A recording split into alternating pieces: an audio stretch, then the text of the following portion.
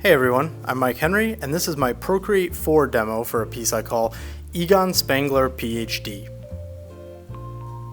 So now me and the kid, we've been watching a lot of the real Ghostbusters lately. We watch Ghostbusters in general a lot because my son is sort of obsessed with ghosts, obviously because of things like Ghostbusters and other similar shows and movies, and lately though it's just been like the real Ghostbusters all the time. So I think out of all the designs, I mean, we all know that the designs for Ghostbusters are nothing like what they look like in the movies, but I thought that I still think that Egon's is the most interesting. It's the most divergent, and it's just really goofy and wild and really fun, and so I wanted to draw Egon. But as you can see here in the beginning of this video, I did not want to draw Egon from the beginning. I'd actually considered drawing Egon and other members of the Ghostbusters, specifically the real Ghostbusters, for a while now, but when I started this, I just sort of wanted to do a drawing on craft paper like I used to do when I would do more traditional stuff at the sketch bombs that I used to run and things like that. So that's how this all started, and you can see here I wrote, now I need an actual idea, because I sort of got like the base of a woman right there, but you'll see, I mean you already know because of what this video is about, I don't stick with that. I move on after not getting very far at all. I would say that the time lapse is maybe even longer than the speed it actually took me to get to this point, because this was all just like random doodles and it just really wasn't going anywhere. Not to mention the fact that when I did this, I had put a lot of energy into the new God of War, which I think is amazing, and this was me just saying I want to draw something and I want it to not be a village corrupted, and I want to start doing something fun. You can even see right here on this sketch I start to draw Kratos, although it sucks, so I move on from it because there's nothing really special with this particular take that I was doodling here. And from there I'm just like, you know what, we've got Ghostbusters on all the time, let's just draw Egon because I like him the most out of the redesigns. So that's where this goes from. If you know what Egon looks like in that show, he's blonde, he's got a big curl in his hair, things like that. I'll show you my reference in a minute. And I just wanted to take that and have even more fun with it. It's already so fun, I wanted to push it a little bit further. And that's the whole idea behind this. I decided, you know, bigger ears, bigger nose, thinner head, just try to exaggerate some of the features that are kind of distinctly him, but at the same time try to put something a little bit fresh into it. So this is all done to look like how I used to draw on craft paper. So I used to always draw with like a rose or a carmine red pencil, and then on top of that I would draw with a ballpoint pen. And then from there I would finish it usually with white paint pens, like Elmer's white paint pens or some of the other brands that are out there. I knew that I ultimately wanted to have the white paint pen outline, but I wanted this one to be color. I wanted it to look like it was maybe colored with marker or something. So when we get to the coloring phase, you'll see what sort of makes that unique. Ballpoint pen is very much like pencil. Obviously it's different, but it's so similar that the way I did this was I used the fat pencil, which is linked down below on the red lines and on the inked lines.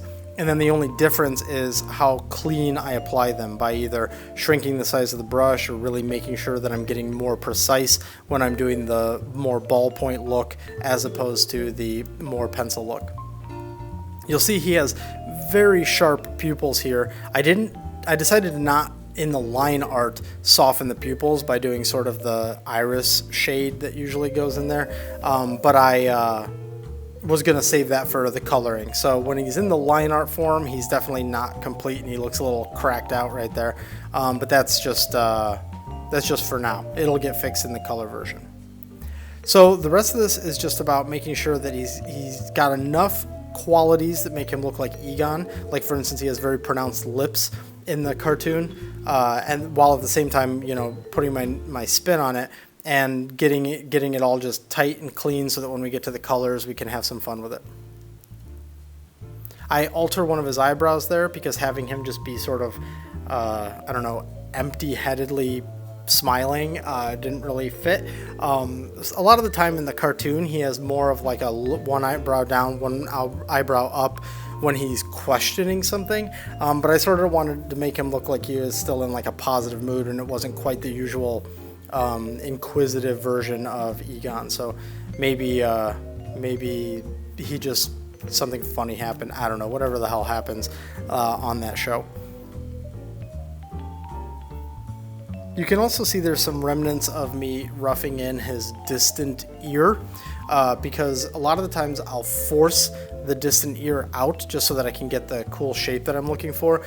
But it felt really weird on this one, and it also started to fight with the glasses and visually fight with them, so it just got kind of noisy, and I just wanted to get rid of that. I figured, screw that, let's just make it a little bit more normal,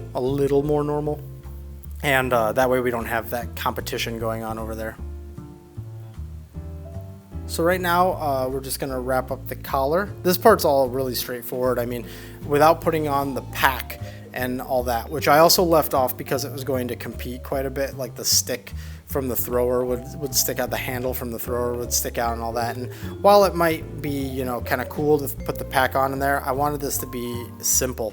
Which, speaking of it being simple, you'll see at the very end of this video, I tried to throw like a quick background in, and it was just a mess. And not only was it a mess, but it took away from a lot of the simplistic, simple.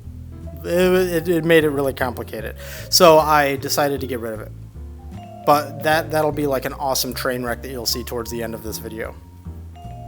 I had forgotten his little curlicue that he has, his little rat tail that he has, and then I looked at some reference and confirmed it real quick.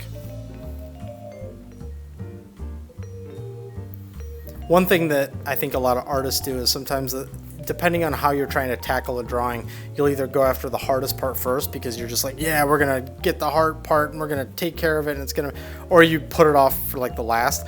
And I sort of identified that the hardest part of this was going to be his big swirly hair thing. I just didn't 100% know how I was going to do it. You can see that it's really implied up there, but I hadn't made that for real yet.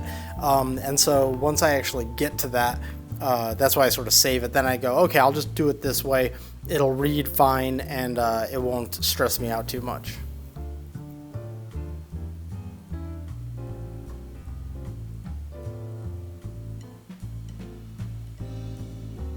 So there we do the glasses really quick. That was just done with the circle tool, the circle brush that I have, and then doing some straight lines using the straight line tool a little bit. Okay, now we get into the really just, okay, don't fuck it up sort of part of this, which is the swirly head part.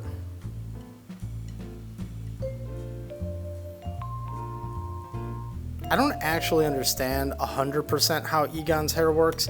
I get that it could like sort of start from that part right there and then curl around and then just kind of end as it rolls into itself, but I was sort of trying to find a way where I could visualize it clearly but still leave enough up to the imagination, because I think there's like an easier way to do this, right? Which is like, don't do so many lines that define all the shapes and don't put all the strands in, just sort of make it this big, more puffy swirly thing. That's like a way that you can do it and get away with it. In fact, I would say that that's the way the show does it most of the time, because it's animation and they're not going to put this many lines into the hair.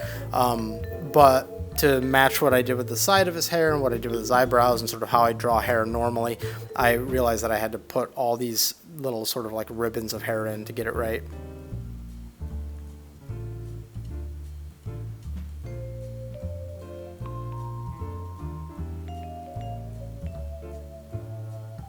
So from here, it's really just cleaning it up, making sure that I'm choosing the right loose lines in there to finalize. And that's it. Not too much to say about this part of it.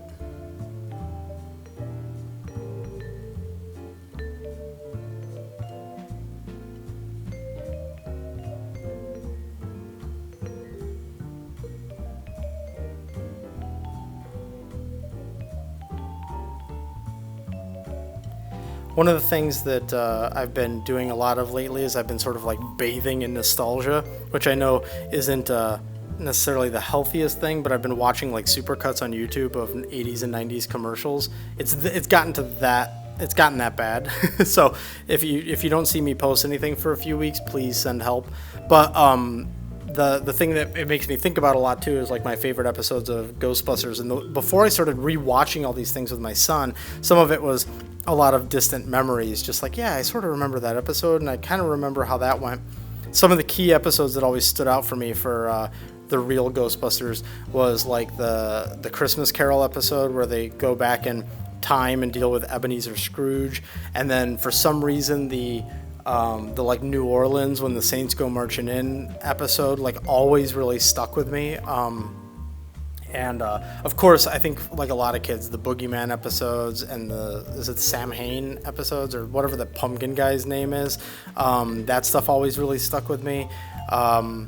And then my son and I will watch it, and there'll just be like this one random episode here or there that I'm like, holy shit, I totally remember this, and it like probably really messed with my head when I was younger, because it's almost like a dark memory. I like see the character, the weird little goblin or whatever the character happens to be for that episode, and I just feel like, I don't know, not scared, but just like I feel off. And then that's sort of my trigger to know, oh, that episode probably affected me a lot more than it should have.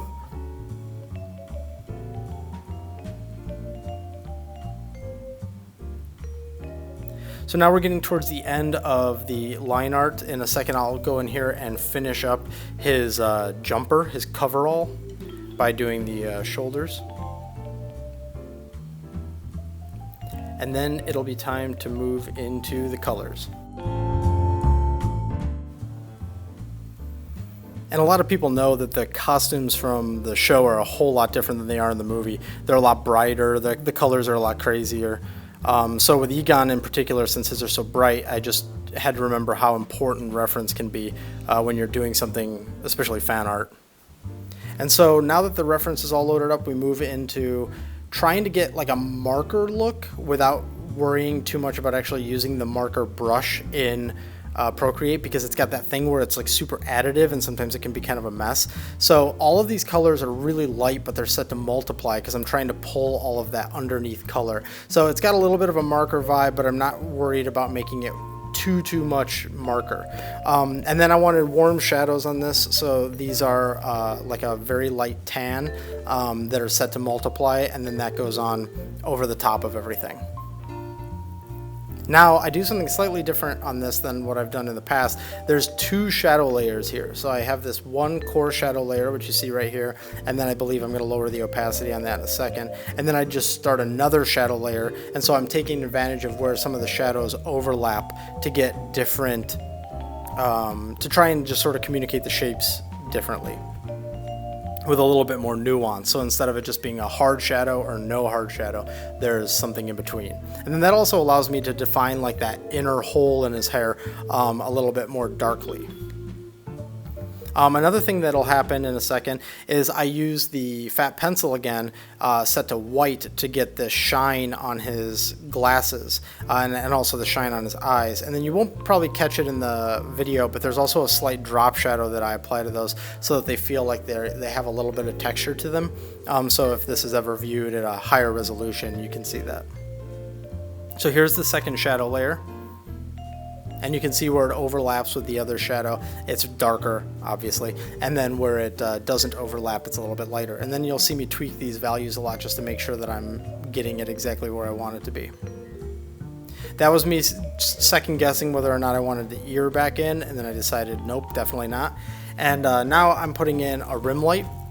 Now I put it in as white just so I can see exactly where it is, but then I'll set it to an overlay and lower its opacity a bit. I wanted it to kind of look like it was a spot where I just had left a break, similar to tattooing, like a skin break, or like in this case, I guess like a canvas break. But I didn't want to actually go through and have to delete away from every one of those layers because it's just sort of a pain in the ass. But setting it to overlay basically gets me there.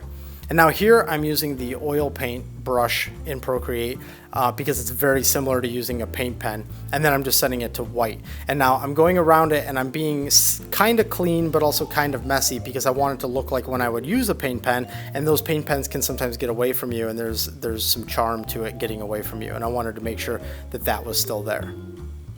The last thing I realized while I'm going through and doing this is I forgot to put any type of shine on his hair, so I go back in with the pencil and I set that to an overlay, set to white, and then I adjust its opacity a little bit.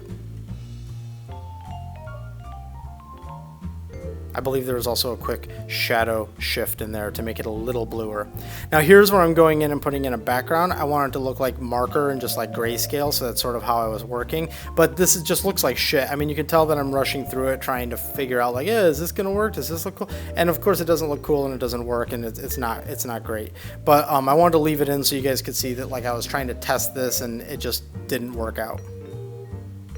Here's even just like, what if he cast a shadow? And that's what I did there. But it all just took away from the simplistic nature of having just his head there, nice and clear. And so that's what we end up with here at the end.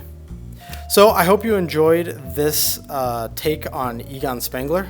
It was really a blast to do. This one was really fun in particular. So thanks for watching. If you enjoyed, please consider liking and subscribing, because that does actually help out. And I'll see you on the next one. And if you're looking for me on the internet, these are the places where you can find me.